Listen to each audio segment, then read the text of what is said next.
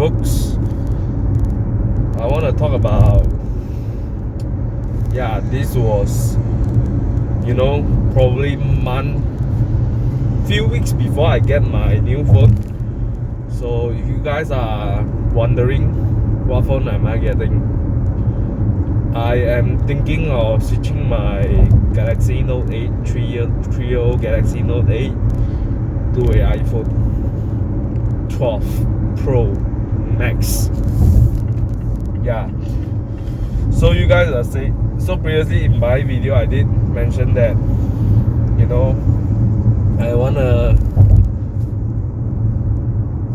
previously in my video I did mention that, maintenance cost, blah blah, is a hefty spend on the car, all those things to some of you.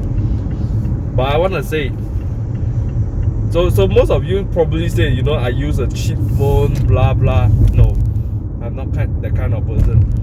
When it comes to phone, right, I always go all out. I always get the top of the line phone. If you guys really know me lah. But okay, you may be saying the iPhone Pro Max it starts from just above 5,000. Expensive, yes, but why am I still getting it? Because I'm already bored with Android. Seriously, I've been using Samsung for 6 years from the Note 4. I think the UI is just around the same like what you experienced 6 years ago, but iPhone instead it has starts to. Previously I did bash iPhone a lot. I don't really like iPhone previously, but then I felt that Apple has improved a lot, especially the 11 Pro and 12 Pro. The 12 Pro is mind-blowing. Okay, you compare the specs with the 11 Pro, right? On paper wise, not a significant difference, but the change is in terms of hardware, which you can't really see on paper. Some of things, like the A14 versus A13. I mean, on paper it shows 45% of performance improvement, but how do you see it in a way? How do you see it unless you really try it? I think most of the YouTubers that is running comparison versus a Note 20 Ultra, the performance comparison, Geekbench, CPU core, blah blah blah blah. Then you'll be saying, oh, the Note 20 Pro has 108 megapixel camera, 12 gigs of RAM. But then, okay, in fact, right, in camera tests, some of the things Galaxy Note wins, some of the things iPhone wins. But low light, of course, iPhone has the LiDAR scanner, so the iPhone wins anyway. Then the question is, do you really need 108 megapixel on the camera? The next thing is, why, despite the iPhone 12 Pro was only 6 GB RAM, why the single core and multi-core performance has a 45% of difference? Doesn't explain that. So of course you may be saying the Note 20 Ultra costs around the same as the Pro Max, but nah, I'm already bored with Android, especially the UI. In this pandemic, right, when I want to do things fast, right, the Note doesn't actually help. It has multiple layers of UI that I need to go through. So I decided to probably switch iPhone. In fact, I bought the charger first because it doesn't come with the charger, which is kind of annoying for a guy that wants to switch from Samsung to iPhone. And it doesn't come with the headphone, and of course iPhone don't have the 3.5mm headphone jack, blah blah. That adds up another thing. But then at the end, the cost is much more higher than what if you want to own a Note 20.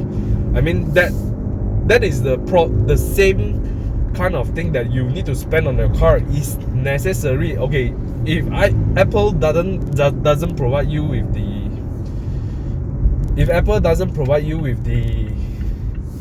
charging brick, right, takkan you don't want to buy it. Takkan you don't want to buy the iPhone just because that they don't provide charger, and you go and you end up with the, what is this idiot doing? Takkan you don't want to buy the iPhone just because they don't give you a charging brick, then you miss out a high performance phone. You really want to do that? Okay, put it another way.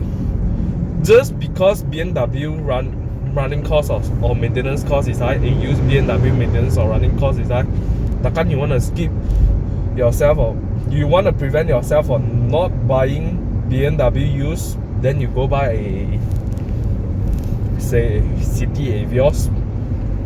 Doesn't make any sense to me. To some, yes. To those people who are, you know, running out of cash, you know, yes. Actually, in fact, I'm also running out of cash lah when I sort of like hunt the iPhone. Yeah, seriously. I also seriously running out of cash, but I'm getting one. Why? Probably you said, you know, you only live once. You are very young, so you can take whatever risk that you have. Then all the trash, you know, your parents will take up. If you say like this, then you win already lor, right? But in fact, I want to be frank to everyone, right? I'll try very hard to not let my parents take up whatever shit that I do. Financially, I will, you know, handle it myself. Seriously. So I still got money installment to pay on this car, fuel costs, no lah, not maintenance lah, insurance. Let's talk about that later. Let's figure out how do I sort it out.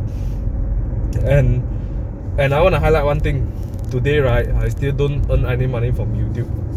I'm just doing this for fun. So at the end of the day, I still pick iPhone, despite they don't have charger, they don't have the lightning to 3.5mm adapter, blah blah. I'm still getting one. Seriously, why would you want to miss something that is so good, right? Just that because they don't give you something. Yeah, why? I don't get it. Just like BMWs. Okay, another thing, new BMWs, you need to pay 1,300 to enable Apple CarPlay. To some, it may be deal breaking, but people still buy BMWs. It doesn't stop them from not buying. And my friend who owns a BMW, well, he of course pissed when he need to pay a activation fee to activate Apple CarPlay, but he did it anyway. So I, of course, that really affects his buying decision. But then at the end, he still made it. You know, of course, it's annoying, but I think it's up to personal preference at the end of the day. So it's just the same, like, why you shouldn't be limiting your buying factor.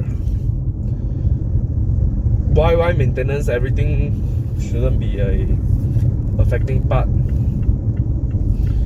when you are buying cars.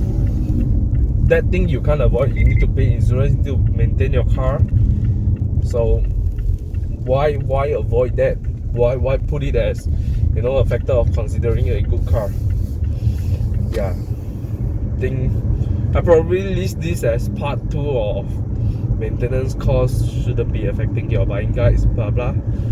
And that's all I want to rant. And cheers.